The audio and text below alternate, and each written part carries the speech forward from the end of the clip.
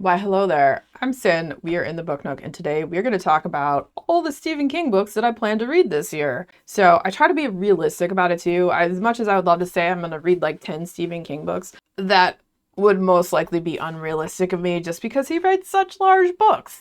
Probably not going to happen. So let's get into what I'm going to read. The first one I'm going to read, and this one I wanted to read because it has a tie-in to the Dark Tower, and I've slowly but surely been reading all the books that had a tie-in to the Dark Tower series.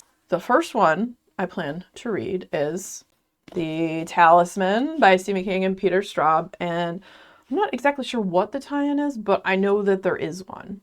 And I don't even really know what this book is about. So let's find out together what this one's about if you don't already know. Jack Sawyer, 12 years old, is about to begin a most fantastic journey, an exalting, terrifying quest for the talisman. For only the talisman can save Jack's dying mother and defeat the enemy who is out to destroy them both. But to reach his goal, Jack must make his way not only across the breadth of the United States, but through the wondrous and menacing territories as well. The territories lie as firmly in the imagination as Atlantis or Oz. They are as real as every reader's own vision of that parallel world evoked in the mind's mysterious eye. In the territories, Jack finds a world little removed from the Earth's own dark ages. Though the air is so sweet and clear a man can smell a radish being pulled from the ground a mile away, a life can be snuffed out instantly in the continuing struggle between good and evil. And Jack discovers twinners, reflections of the people he knows on Earth, most notably the dying Queen Laura, the twinner of Jack's own imperiled mother. But only a few can flip from one world to the other. Jack's late father could. The malevolent Morgan Sloat can, and so will Jack himself. As Jack makes his way westward towards the redemptive talisman, a dual array of heart-sapping encounters challenge him at every stop.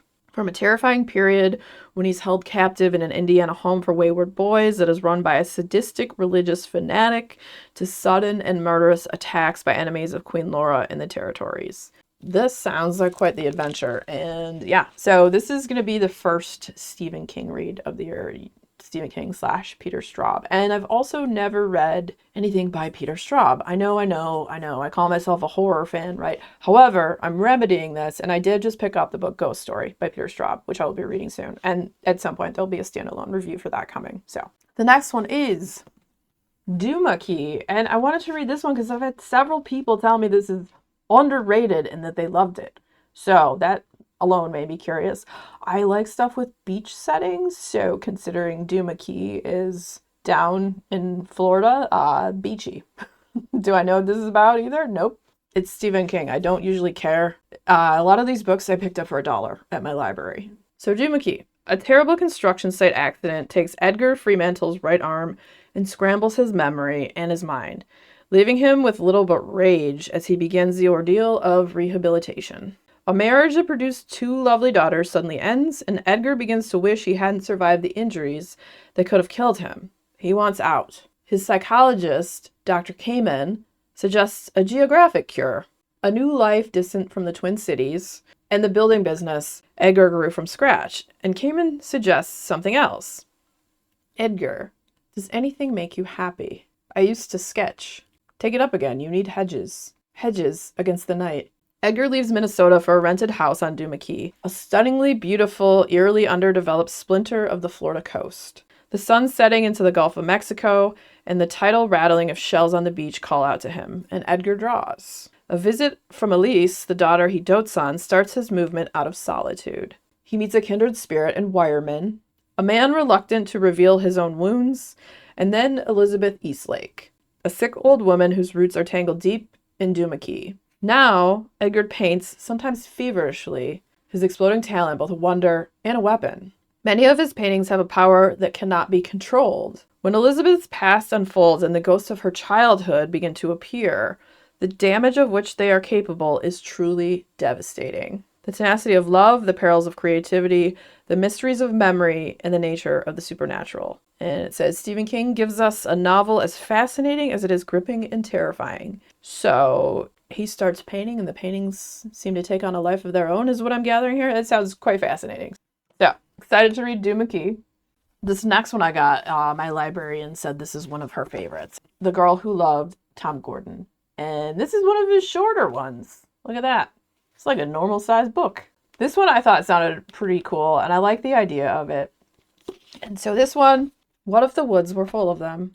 And of course they were. The woods were full of everything you didn't like. Everything you were afraid of and instinctively loathed. Everything that tried to overwhelm you with nasty, no-brain panic. The brochure promised a moderate to difficult 6-mile hike on the main New Hampshire branch of the Appalachian Trail, where 9-year-old Tricia McFarland was to spend Saturday with her older brother Pete and her recently divorced mother.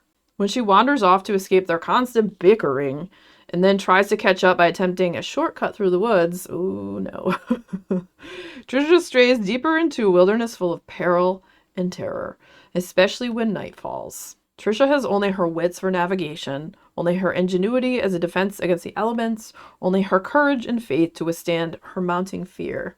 For solace, she tunes her Walkman to broadcasts of Boston Red Sox games and the gritty performances of her hero, number 36, relief pitcher Tom Gordon.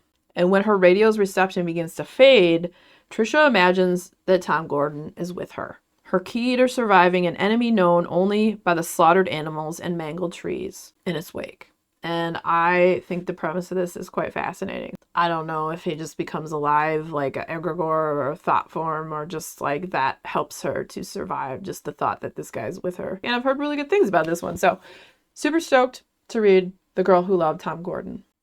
All right, next we have The Institute. Why did I pick this one? Well, some of the other ones I chose are huge, and I have a hard time reading a lot of super huge ones. So this one is not as huge. So I picked this one. I have a lot of Stephen King books that I have amassed over the years. Most of them I got for $1 from like library sales or used bookstores and whatnot. And when I see them for so cheap, like $1, $2, I buy them with the intention to eventually read them. So that's what most of these are. Almost all these books that I'm showing you, I got for like $1 or $2. This one, let's tell you what it's about. In the middle of the night, intruders silently murder young Luke Ellis's parents and steal him away from his suburban Minneapolis home, an operation that takes less than 2 minutes. Luke will wake up in a faraway room that looks just like his own, except there's no window, and outside his door are several other doors, behind which are several other kids with very special abilities, and who arrived at wherever here is in the same way that Luke did. They're all localized in the area known as front half, which is a good thing. No one ever returns from back half. Nevertheless, the incarcerated children are intended to serve, given the staff is ruthlessly dedicated to extracting the force of their extra-normal gifts. Cooperation is rewarded, and resistance means brutality. And as each new victim disappears to back half, Luke becomes increasingly desperate to somehow find a way out and get help, even though no one has ever escaped from the living hell known as the Institute. All right, that sounds pretty interesting. So we'll see how this one goes. All right, and then the next one is a mountain that I've been meaning to climb for a long time, and I've put it off because it's so huge. I try to only read one really giant book a year, and this one is so big. And that is It. I have never read It. I've seen the movie, but I haven't read the book. This book is so big and intimidating, and at what point in the year I'm going to read it, I don't know. I don't know if this will be in the middle, if this will be last. I'll probably end up putting this one off to last, let's be honest, because it's so big. But if you don't know what It is about at this point in time, well, let's tell you. To the children, the whole town was their world. To the adults, knowing better, Derry, Maine was just their hometown. Familiar, well-ordered, a good place to live. It was the children who saw and felt what made Derry so horribly different.